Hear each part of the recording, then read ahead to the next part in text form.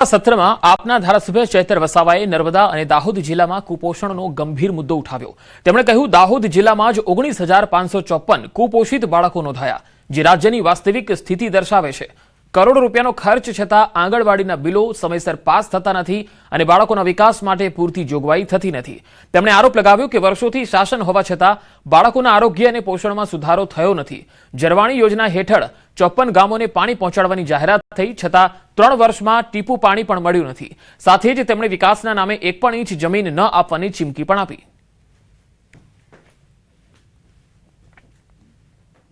કે નર્મદા જિલ્લામાં 11,253 અને દાહોદ જિલ્લામાં 19,594 બાળકો કુપોષણથી પીડાય છે। ત્યાંના બાળકોના કુપોષણ દૂર કરવા માટેના ફૂડ બિલો મંજૂર કરવામાં આવતા નથી। જણાવવામાં આવે છે કે ગ્રાન્ટ નથી।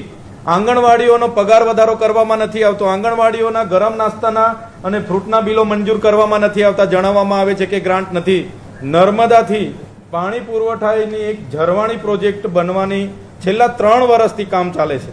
54 ગામમાં અમે પાણી પૂરું પાડીશું એમ દર્શાવીને કરોડો રૂપિયાના એમને બિલો ચૂકવવામાં આવ્યા છે। આજે એક પણ ગામને એક ટીપું પાણી પણ એ યોજનાથી મળ્યું નથી।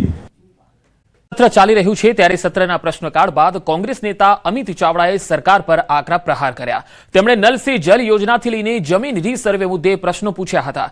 નર્મદા યોજના અને જમીન રીસર્વે સહિતના મુદ્દે તેમણે આરોપો લગાવ્યા। તેમણે જમીન રીસર્વેમાં કૌભાંડ અને અન્યાયનો આક્ષેપ કરી શ્વેતપત્ર જાહેર કરવાની માંગ કરી।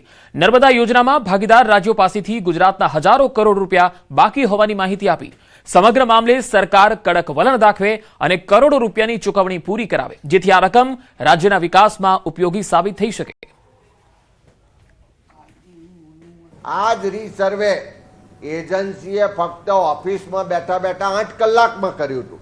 એનો સ્પષ્ટ મતલબ છે કે આખા ગુજરાતમાં એજન્સી દ્વારા જે રીસર્વે કર્યો છે એ તમામ રીસર્વે ઓફિસમાં બેસીને ખોટી રીતે કોઈને ફાયદો કરાવવા કે કોઈને નુકસાન કરાવવાના હેતુથી કર્યો છે।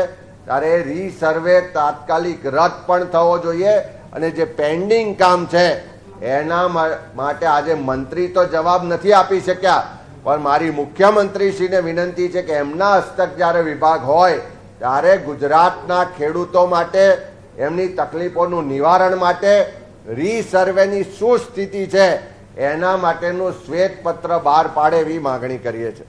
31 જુલાઈના અંતિમ જે આંકડા છે મુજબ મધ્યપ્રદેશ પાસે 5,516 કરોડ રૂપિયા લેવાના બાકી છે। મહારાષ્ટ્ર પાસે 1,883 કરોડ રૂપિયા લેવાના બાકી છે। રાજસ્થાન પાસે 574 કરોડ રૂપિયા લેવાના બાકી છે। આ ત્રણેય રાજ્યોનો જો સરવાળો કરીએ તો 7,900 એટલે લગભગ 8,000 કરોડ રૂપિયા। સ્કૂલ કોર્ટને બોમ્બથી ઉડાવવાની ધમકીનો મામલો હતો। ત્યાં મામલે કોંગ્રેસ ધારાસભ્ય કિરીટ પટેલ હવે સરકાર પાસે તપાસની માંગ કરી રહ્યા છે। વિધાનસભા ગૃહ વિભાગની ચર્ચા દરમિયાન આ મુદ્દો ઉઠાવીશું એવું તેમણે કહ્યું છે। પોલીસ કે ગૃહ વિભાગને કડક કાર્યવાહી કરવાની રહેશે અને કરવી જ જોઈએ। વિધાનસભામાં તેમણે કહ્યું છે કે અમે ગૃહમંત્રી સમક્ષ આ મુદ્દો ઉઠાવવાના છીએ। આવી ખોટી ધમકીઓ આપી અને રાજની અંદર ડરનો માહોલ પેદા કરનારની સામે કડકમાં કડક કાર્યવાહી કરો।